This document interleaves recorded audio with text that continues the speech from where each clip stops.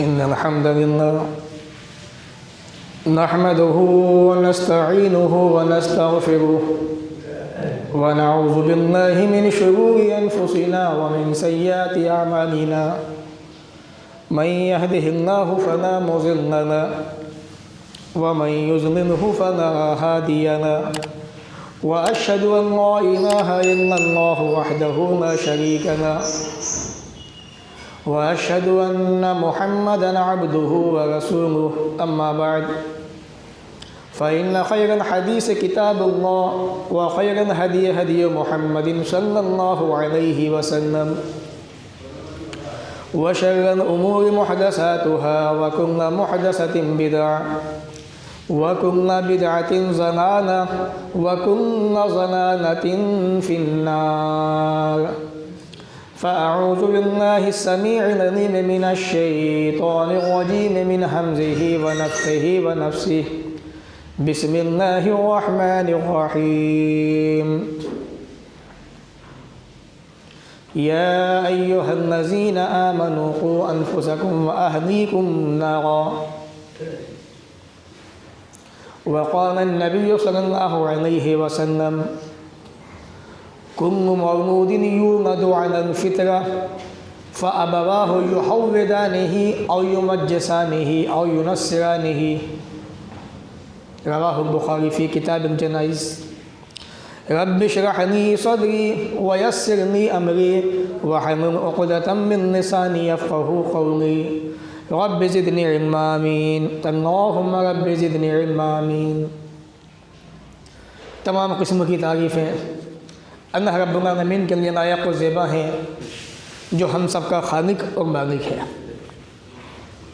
बादहू दरूद व सलाम नाज़िल व तमाम नबियों पर, ख़ास तौर से अल्लाह के आखिरी नबी, प्यारे नबी जनाब मुहम्मद रसूलुल्लाह सल्लल्लाहु अलैहि वसल्लम पर अल्लाहुम्मा सल्लि व सल्लिम व बारिक अलैहि।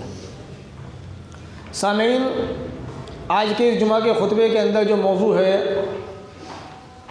वो है बच्चों की इस्लामी तरबियत, कि हम बच्चों की तरबियत किस अंदाज से कर सकते हैं, शरीयत ने हमारी क्या रहनुमाई की है, हमें बच्चों की तरबियत के ताल्लुक़ से क्या फ़िक्र होनी चाहिए और किस तरीक़े से बच्चे की तरबियत हमें करनी चाहिए। इंशाअल्लाह आज के इस जुमा के खुतबे के अंदर कुछ पॉइंट्स हैं मेरे, वो मैं आपके सामने रखूँगा। अल्लाह ताला से दुआ है वो हमें इन बातों को सुनने के बाद अमल की तौफ़ीक़ अता फ़रमाए। बच्चों की तरबियत के ताल्लुक़ से सबसे पहली जो चीज़ है वो है शहादतैन, यानी इस बात की गवाही देना कि अल्लाह के सिवा कोई माबूद नहीं, मोहम्मद सल्लल्लाहु अलैहि वसल्लम अल्लाह के रसूल हैं। बच्चों को ये सिखाना और इस्लामी जो अक़ीदे हैं वो सिखाना पहले नंबर पे, क्योंकि जिसकी तौहीद सही, जिसका अक़ीदा सही, वो इंशाअल्लाह कामयाब। आज हमारी सबसे बड़ी कमी यही है कि बच्चों की तरबियत करते वक्त हम इन बातों को भूल जाते हैं। बच्चा जैसे जैसे बड़ा होता है हम बच्चों को बहुत सारी बातें सिखाते हैं, लेकिन कलमा शहादतैन, कलमा तौहीद नहीं सिखाते। जबकि सबसे पहला बुनियादी सबब यह है कि बच्चे को कलमा तौहीद, कलमा शहादत ये सिखाना चाहिए। रसूल अकरम जनाब मुहम्मद रसूलुल्लाह सल्लल्लाहु अलैहि वसल्लम ने फरमाया कि कुल्लु मौलूदिन तलिदु अलल फ़ितरह, हर बच्चा इस्लामी फ़ितरत पे पैदा होता है। जब बच्चा पैदा हुआ, किसी भी घराने में पैदा हुआ हो, वो इस्लामी फ़ितरत पे पैदा होता है। वो जैसे जैसे बच्चा बड़ा होता है तो उसके घर वाले उसको, अगर वो यहूदी घर में है तो यहूदी बन जाता है, ईसाई घर में है तो ईसाई बन जाता है, मजूसी आग की पूजा करने वाले के घर में पैदा हुआ तो आग की पूजा करने वाला बन जाता है। तो माँ बाप के दीन का बच्चे पे बड़ा गहरा असर पड़ता है। अगर वो मुसलमान है तो मुसलमान बनता है। इस हदीस के इमाम बुखारी ने सही बुखारी में किताबुल जनाइज़ के अंदर हदीस नंबर 1358 पर रिवायत किया है। तो मालूम यह हुआ कि बच्चे को सबसे पहले क्या सिखाना चाहिए? कलमा शहादतैन, ला इलाहा इल्लल्लाह मुहम्मदुर रसूलुल्लाह, ये सिखाना चाहिए। अशहदु अल्ला इलाहा इल्लल्लाह वहदहु ला शरीका लहु व अशहदु अन्न मुहम्मदन अब्दुहु व रसूलुहु, ये तालीम बच्चे को देनी चाहिए। हकीकत ये है हमारी ज़िंदगी की, अगर हम नौजवान बच्चे या वो बच्चे जो छोटे से बड़े की तरफ चल रहे हैं, जिनकी उम्रें 10 साल की 12 साल की हो चुकी हैं, आप उनसे कलमा शहादतैन पूछें तो शायद ना बता पाएँ। उन्हें पता ही नहीं कि कलमा शहादत क्या होता है। आपके बच्चे नहीं बता पाएंगे तो यह अफसोस है ऐसे इंसानों पर कि जिनके बच्चों को कलमा तौहीद ही पता ना हो, कलमा शहादत का पता ना हो। तो पहली जिम्मेदारी हमारी ये है कि हम बच्चों को सिखाएं, बताएं कि अल्लाह एक है, उसके सिवा कोई माबूद नहीं, वो तन्हा अकेला है। और बच्चे इस बात की गवाही दें कि अल्लाह के सिवा कोई माबूद नहीं, मोहम्मद सल्लल्लाहु अलैहि वसल्लम अल्लाह के रसूल है। उसके बाद बच्चे को इस्लामी अक़ीदे सिखाने चाहिए। इस्लामी अक़ीदा क्या है? सुनन तिरमिज़ी की वो हदीस जिसके इमाम तिरमिज़ी रहमतुल्लाह अलैह ने सुनन तिरमिज़ी के अंदर हदीस नंबर 2516 पर रिवायत किया है, 2516। रावी हदीस हज़रत अब्दुल्लाह इब्न अब्बास रज़ियल्लाहु तआला अन्हुमा कहते हैं, कुन्तु खल्फ़ रसूलिल्लाहि सल्लल्लाहु अलैहि वसल्लम, मैं एक छोटा बच्चा था, रसूल अकरम के पीछे बैठा हुआ था। रसूल अकरम का अंदाज़ देखिए, आपकी अखलाक देखिए, आपकी आदत देखिए कि छोटे बच्चों से कितनी मोहब्बतें हुआ करती थी आपको, कि छोटे बच्चे को आपने सवारी पे अपने पीछे बिठाया हुआ है।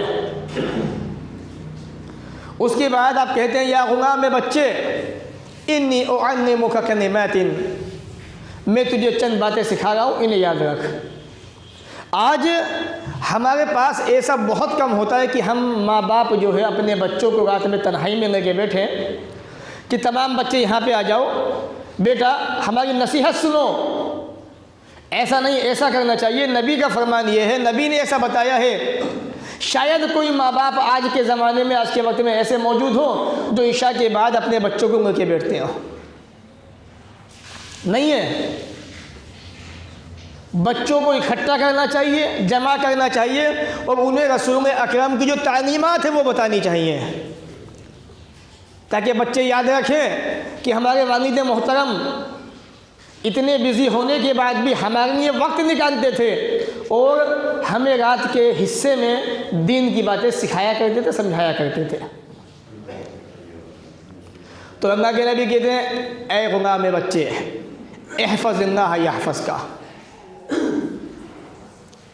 अल्लाह रब्बुल आलमीन के अहकाम का, दीन का ख्याल रख, वो तेरा ख्याल रखेगा। एक बच्चे को नबी तालीम दे रहे हैं, समझा रहे हैं, इस्लामी अक़ीदा सिखा रहे हैं, उसको तौहीद सिखा रहे हैं, तौहीद क्या है, अक़ीदा मजबूत कैसे होता है, ये सिखा रहे हैं। आज हमारे बच्चों से हिंदी तो छोड़ दीजिए, पंजाबी सॉन्ग, हरियाणवी सॉन्ग और पता नहीं कौन कौन से गाने जो आज चल रहे हैं, जिनका माना मतलब भी नहीं पता क्या है क्या नहीं है, बच्चों को याद है। छोटे छोटे बच्चे सड़कों पे गाते फिरते हैं। वक्त ऐसा आ चला है कि ज़रा ज़रा से बच्चे अपने हाथ में साउंड सिस्टम लेके, जो आजकल 300 रुपये में 500 में मिल जाते हैं मार्केट के अंदर, वो लेके घूमते फिरते हैं, गाने सुनते हुए जाते हैं। वो गाने जो उनकी समझ से बाहर हैं, अक़ल से बाहर हैं, बस समाज के अंदर उन्होंने उसको सुनते हुए देखा, चलते हुए देखा, वो भी उसके अंदर मगन हो गए। ये बच्चों के हालात हैं। माँ बाप वो तो कहते हैं बच्चा बड़ा शैतान है, अच्छा इससे पीछे छूटा, घर में नहीं रहता, सारे दिन बाहर रहता है। जबकि बच्चे हर वक्त खाली वक्त में अपने माँ बाप के पास होने चाहिए। तो नबी क्या कह रहे हैं, ऐ बच्चे इहफ़ज़िल्लाह, अल्लाह के अहकाम की हिफाजत कर, अल्लाह ताला तेरी हिफाजत फरमाएगा। इहफ़ज़िल्लाह तजिदहु तुजाहका, ए बच्चे अल्लाह के हुकूक का ख्याल रख, तू अल्लाह ताला को अपने सामने पाएगा, यानी अल्लाह की मदद तुझे मिल जाएगी। नबी बच्चे को अक़ीदा सिखा रहे हैं, तौहीद सिखा रहे हैं। आगे आप फरमाते हैं, वइज़ा सअल्ता फसअलिल्लाह, और जब तू किसी से सवाल करे तो अल्लाह से ही मांग, बस उसके सिवा किसी से सवाल ना कर। कुछ मांगना चाहता है, कोई परेशानी है, बीमारी है, अपने रब को याद कर, रब से के रब रास्ते बनाएगा। बेशक रास्ता इंसान से ही बनता है, लेकिन अल्लाह ताला से मांग, रब जो है रास्ते खोलेगा अपने आप। कोई ना कोई तेरी मदद को आएगा और तेरा सहारा बनेगा। वइज़स्तअनता, और जब तू मदद मांगना चाहे, फस्तईन बिल्लाह, तो मदद भी अल्लाह ताला से मांग। एक बच्चे को नबी इस्लामी अक़ीदा सिखा रहे हैं। आज ज़रा ज़रा से बच्चे जिन्हें अभी होशो हवाश नहीं, उनके गलों के अंदर तावीज़ बांध दिए जाते हैं, उनकी टांगों में तावीज़ बांध दिए गए, बाहों में तावीज़ बांध दिया गया। कोई तावीज़ तो चेचक का, कोई तावीज़ किसी और चीज़ का, कोई तावीज़ किसी और का, इस तरीके से बांध दिए गए। और बच्चा जैसे जैसे बड़ा होता है वो ये समझता है कि ये तावीज़ जो है मेरे लिए बहुत अहम है, ये मुझे बचाता है मुसीबत से, परेशानियों से। अगर इन तावीज़ों के ज़रिए से ऐसा होता ना, तो जो तावीज़ बनाने वाले हैं आज ये दुनिया के अंदर सबसे अमीर होते हैं, लेकिन खाने ख़राब पड़े हुए आज भी। क्यों? हराम कभी पछता नहीं है। अगर ये चीज़ बरकत होती, रहमत होती, तो जनाब मोहम्मद रसूलुल्लाह सल्लल्लाहु अलैहि वसल्लम सबसे पहले देते ये चीज़। जब नबी ने नहीं दी तो हम क्यों दे दें? लोग बहाने तलाशते हैं, गुंजाइशें ढूंढते हैं। बहरहाल तो नबी कह रहे हैं वइज़स्तअनता फस्तईन बिल्लाह, मदद भी मांग तो अल्लाह से मांग। अब आगे आप फरमाते हैं वालम, जान ले, अगर पूरी उम्मत तुझे नफ़ा पहुंचाना चाहे बच्चे, तो उतना ही फ़ायदा पहुंचाएगी जितना हमने दिया तेरे हिस्से में। और अगर ये सारी की सारी उम्मत, सारी कौम तेरे पीछे पड़ जाए, तुझे नुकसान पहुंचाना चाहे, तुझे बर्बाद करना चाहे, नहीं कर सकती। नुकसान भी उतना पहुंचेगा जितना नुकसान हमने तेरे हिस्से में रख दिया है। कलम उठा लिए गए और सहीफ़े तकदीर के खुश हो चुके हैं। तो रसूल अकरम जनाब मोहम्मद रसूलुल्लाह सल्लल्लाहु अलैहि वसल्लम एक छोटे बच्चे को, हज़रत अब्दुल्ला इब्न अब्बास को ये तालीम दे रहे हैं कि अक़ीदा क्या होना चाहिए, तौहीद कैसी होनी चाहिए, ये अपने उस बच्चे को सिखाइए। तो हमारी ज़िम्मेदारी क्या है? हम भी अपने बच्चों को सिखाएं। बच्चों से पूछें, बेटा बताओ कलमा तौहीद किसे कहते हैं, कलमा शहादत किसे कहते हैं? आप पूछते नहीं, बच्चे बताते नहीं, और बच्चों को याद भी नहीं। जब आप पूछेंगे बच्चों से तभी तो बच्चे आपको बताएंगे, और आपको महसूस होगा कि वाकई हम एक बाप की जिम्मेदारी निभा रहे हैं। ये बच्चे हमारे हैं, हम उनके हुकूक को समझ रहे हैं। दूसरी चीज़, तहारत, पाकीज़गी और नमाज की तालीम। पाकी कैसे हासिल करनी चाहिए, ये बच्चों को सिखाना चाहिए। आज नौजवान बच्चे गुस्ल का तरीका नहीं जानते कि गुस्ल कैसे करना चाहिए, नहीं पता। तो तहारत सबसे पहली चीज़ है नमाज के लिए। पाकी नहीं तो नमाज नहीं, पाकी है तो नमाज है। बच्चों को सिखाएं, बच्चों को बताएं, बेटा वज़ू ऐसे बनाते हैं, कपड़े पाक होने चाहिए, आपका बदन भी पाक होना चाहिए नमाज के लिए। रसूल अकरम ने फरमाया सल्लल्लाहु अलैहि वसल्लम, अत्तहारतु शत्रुल ईमान, ये सफाई जो है, ये तहारत, पाकीज़गी जो है, ये आधा ईमान है। ये इस्लाम के अंदर इतनी तवज्जो इस्लाम ने दी है इसकी तरफ। तो ऐसे बच्चों की इस्लामी तरबियत होगी जब आप इन कामों को अपनाएंगे। आगे आपने फरमाया बड़ी मशहूर हदीस, अबू दाऊद किताब सलाह हदीस नंबर 495। कई मरतबा यह हदीस बयान की मैंने, और तकरीबन हर जुमा के अंदर ये हदीस आई जाती है घूम फिर के। चूँकि बड़ी अहम हदीस है, हम उसको अहम समझें ना समझें, लेकिन रसूल अकरम की निगाह में बड़ी अहम हदीस थी ये, और आज भी है तमाम इंसानों की निगाह में जो नमाज से मोहब्बत रखते हैं, नमाज को अहमियत देते हैं। अपने बच्चों को नमाज का हुक्म दो जब वो 7 साल के हो जाए। बच्चे जवान हो चुके, हट्टे कट्टे हो चुके, मस्जिद में नहीं आते, तो इसका मतलब ये है कि आप बच्चे की तरबियत नहीं कर रहे हैं, आप बच्चे की ज़िंदगी बर्बाद कर रहे हैं। ऐसा नहीं है कि आपने बच्चे की शादी कर दी, बच्चा छूट गया पीछा बच्चे का, नहीं, आप जिम्मेदार हैं बच्चे के। अभी बच्चा नमाज क्यों नहीं पढ़ता, आपका मस्जिद में क्यों नहीं आता नमाज पढ़ने के लिए? अगर वो जॉब वाला है तो उससे पूछो नमाज पढ़ी कि नहीं पढ़ी उसने वहाँ पर। और घर में वो शाम के वक्त आ जाता है, ईशा की नमाज़ पढ़ी कि नहीं पढ़ी जमात से उसने। रसूल अकरम का मामूल ये था सल्लल्लाहु अलैहि वसल्लम, जब आप ईशा की नमाज़ पढ़ के जाते थे घर पे तो पूछते थे क्या सबने नमाज़ पढ़ी, क्या है रसूल नमाज़ पढ़ के सोए सब। पूछते थे आप नबी होने के बाद भी, उम्मत को तालीम देने के लिए, सिखाने के लिए।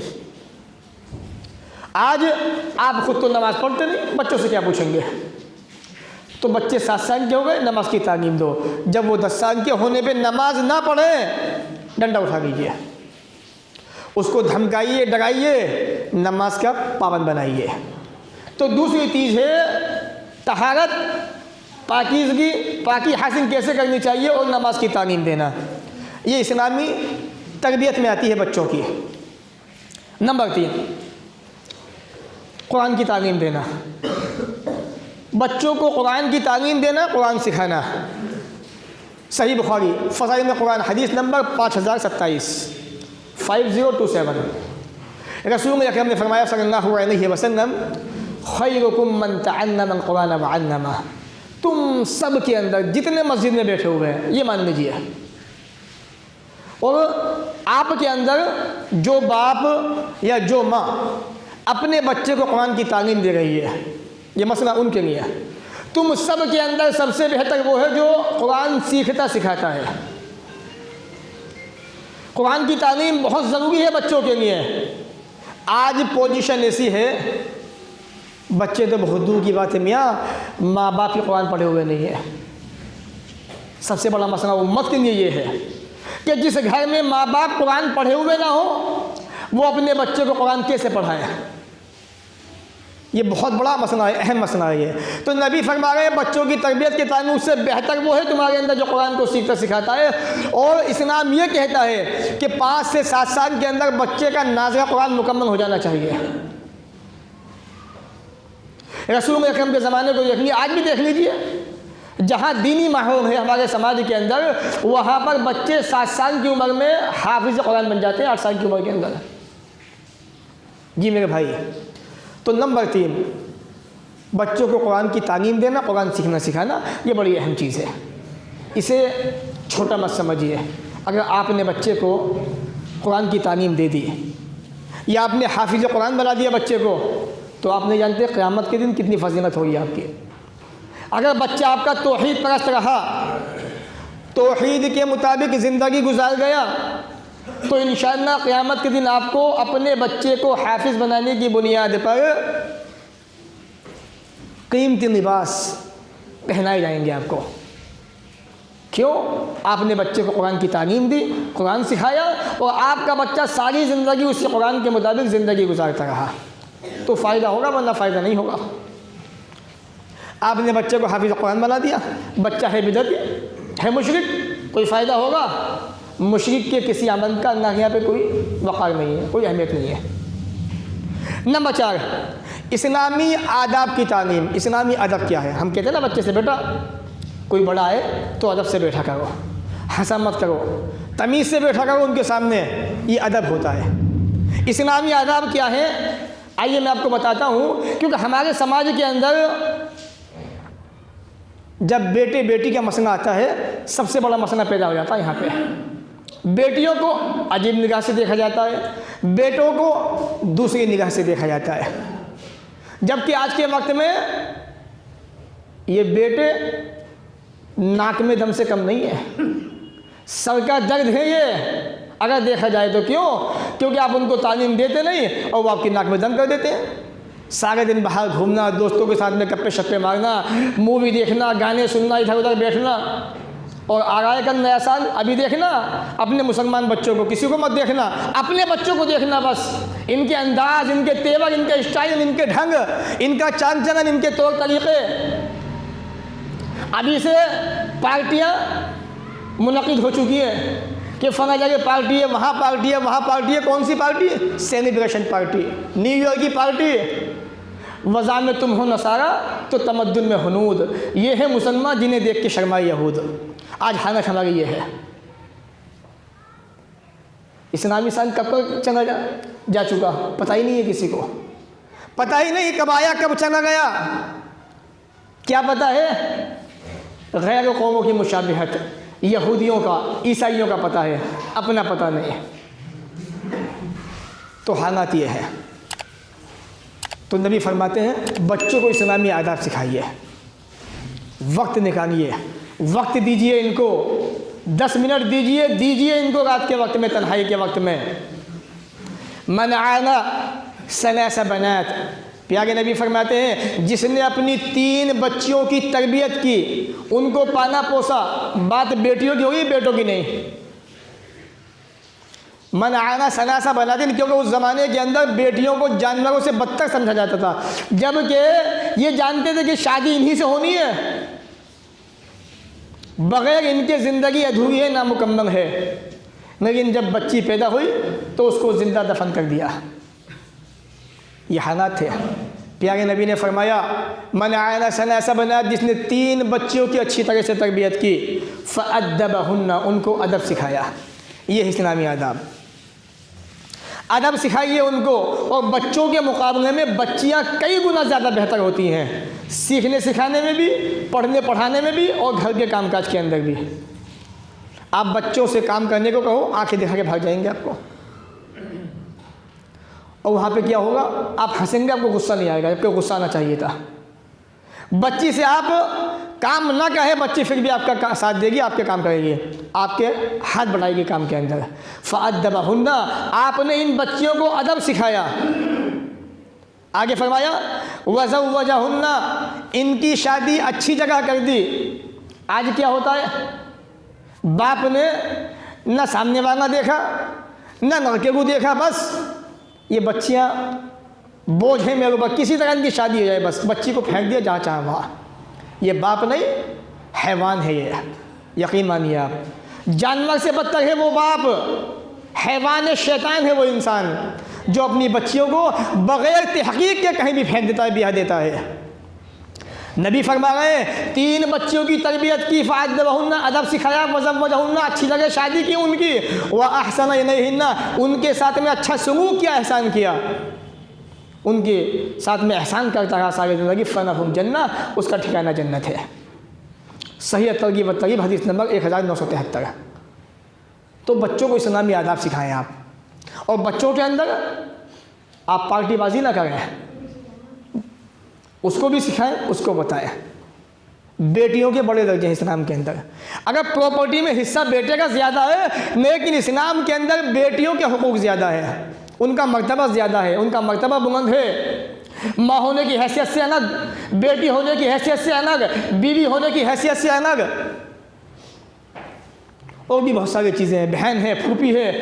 तो अल्लाह ताला ने बहुत सारे मकाम दिए हैं इन औरतों को, लेकिन ये समझती नहीं है। क्यों? आप बताते नहीं उनको, आप सुन के खुद ही हजम कर जाते हो, इसलिए उनको पता नहीं। अगर उनको पता हो जाए तो वो भी इस्लाम की मानने वाली ऐसी बनेंगी जैसी हज़रत खंसा रज़ी अल्लाह तआला अन्हा थी, जैसी हज़रत खदीजा रज़ी अल्लाह तआला अन्हा थी, जैसी हज़रत सुमैया रज़ी अल्लाह तआला अन्हा थी, ऐसी बनेंगी वो भी। लेकिन आप उनको बताते नहीं, समझाते नहीं, आप दीनी तालीम उनको देते नहीं। क्यों?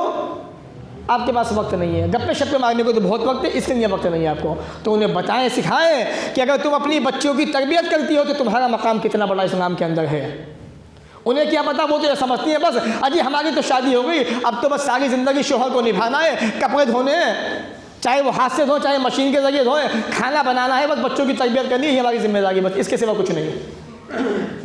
आप बताइए उनको कि कितने बड़े सवाब अल्लाह ने रखे हैं उनके लिए। अगर वो तरबियत करती है अच्छे अंदाज में तो उसका फ़ायदा ये है, उसका फ़ायदा ये है, आप उनको बताइए। आप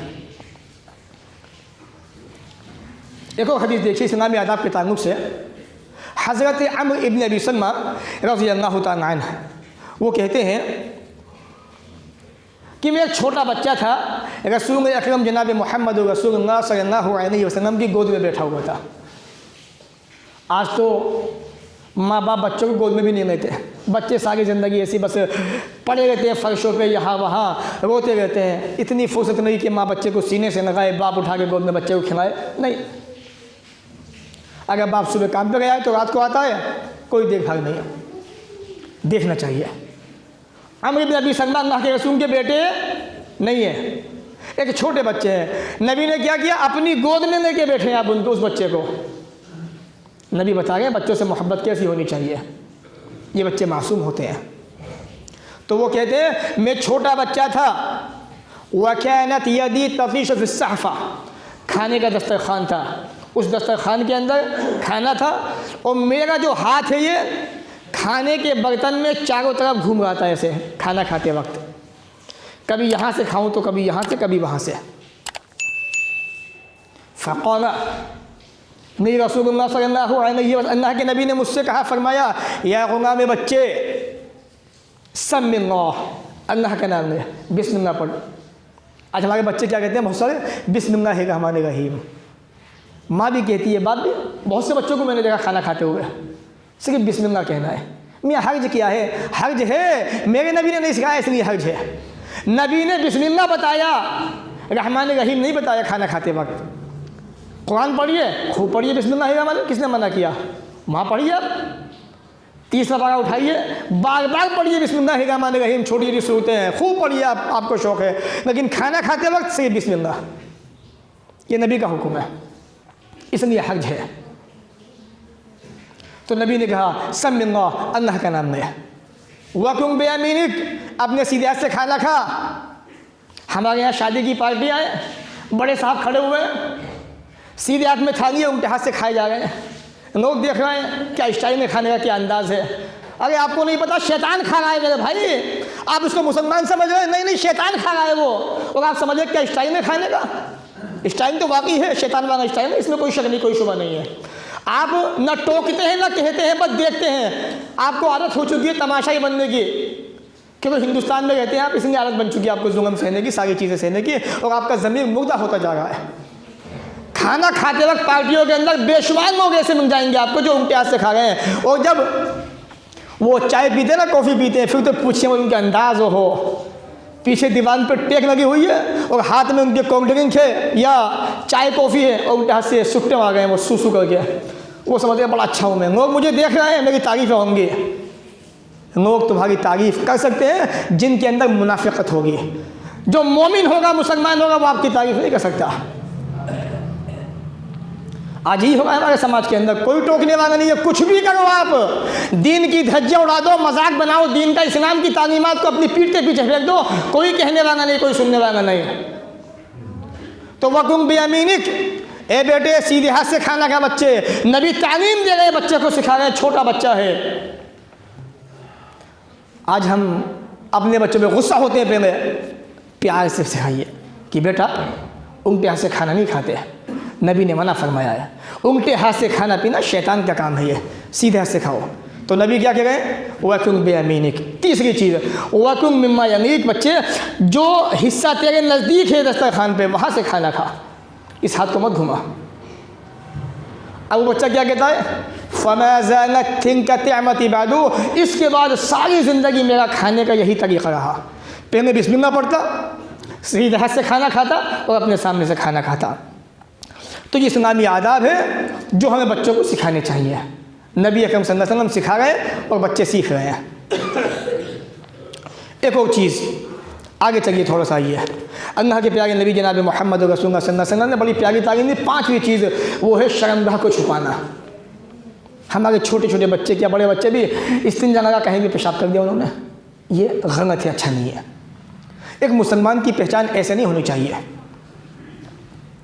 देखिए मैं एक मिसाल देता हूँ आपको, सही बुखारी की हदीस है, हदीस नंबर 3829। जब खाना काबा की तामीर हो रही थी, अल्लाह के नबी सल्लल्लाहु अलैहि वसल्लम हज़रत अब्दुल्लाह इब्न अब्बास और अब्बास रज़ी अल्लाह तआला अन्हु, ये दोनों के दोनों ईंटें उठा के यहाँ से वहाँ उठा रहे थे, पत्थर ढो रहे थे खाना काबा की तामीर के लिए। आज हमें तौफीक नहीं होती कि मस्जिद बन रही है, ईंटें उठा के मस्जिद के अंदर पहुँचा दे रखते, नहीं, मजदूर है तो पैसे किस बात के दे रहे हैं। अगर आप 2 ईंटें उठा के अपने हाथ से रख देंगे, 5 ईंटें, किया जाएगा आपका। नबी अकरम सल्लल्लाहु अलैहि वसल्लम उन्हें कमा के दिया करते थे जो कमाने के काबिल नहीं हुआ करते थे। सही बुखारी पढ़े आप, किताब वही। तो आप पत्थर ढो रहे हैं, तो हज़रत अब्दुल्लाह इब्न अब्बास ने कहा, या रसूलल्लाह सल्लल्लाहु अलैहि वसल्लम, आप जो है अपने इज़ार को अपने कंधे से बांध लें, या कंधे पे रखना आप इज़ार जो है आपका, इसको यहाँ बांध लें। इस तरह से आपको दिक्कत नहीं होगी, पत्थर की चोट से बच जाएंगे आप ऐसा करने से। जाहिर सी बात है, तहबंद है तो आदमी का पाँव अटक सकता है, उसके अंदर बहुत सारी दिक्कतें परेशानियाँ हैं। तो हज़रत अब्बास ने ये मशवरा आपको दिया। इसके बाद क्या हुआ, रसूल अकरम सल्लल्लाहु अलैहि वसल्लम ने ऐसा ही किया। आप ज़मीन पे गिर पड़े ऐसा करने के बाद, चलने में दिक्कत हुई आपको, ऐसा करने के बाद ज़मीन पे गिरे आप और बेहोश हो गए। आपकी निगाहें आसमान की तरफ, सुम्मा फाका, जैसे होश आया आपको तो आपने क्या कहा, इज़ारी इज़ारी, मेरा तहबंद कहाँ है, मेरा तहबंद कहाँ है। यानी सबसे पहले होश आने के बाद जो आपने चीज़ बताई हमें क्या, शर्मगाह को ढांपने की। साहबी कहते हैं अब्बास फशद अलैहि इज़ारहु, तो मैंने आपके इज़ार को बड़ी मजबूती से बांध दिया। तो पांचवी चीज़ बच्चों को इस्लामी तालीम के अंदर, तरबियत के अंदर ये बताएं कि शर्मगाह को छुपाना कितना ज़रूरी होता है। आज हमारे बच्चे ऐसे ही नंगे हो जाते हैं, कहीं भी पेशाब कर देते हैं, कहीं भी इस तरह से अपने शर्मगाह को दिखा देते हैं। ये गलत है, ये जायज़ दुरुस्त नहीं है। इससे बचाएं बच्चों को। ये हैं बच्चों की इस्लामी तरबियत के वो अहकाम जो जनाब मोहम्मद रसूलुल्लाह सल्लल्लाहु अलैहि वसल्लम ने हमें सिखाए, हमें बताए हैं। उम्मीद है इंशाअल्लाह बातें आपकी समझ में आई होंगी। अल्लाह ताला हमें भी आपको भी नेक अमल की तौफीक अता फरमाए। व आखिरु दावाना अनिल हम्दुलिल्लाहि रब्बिल आलमीन।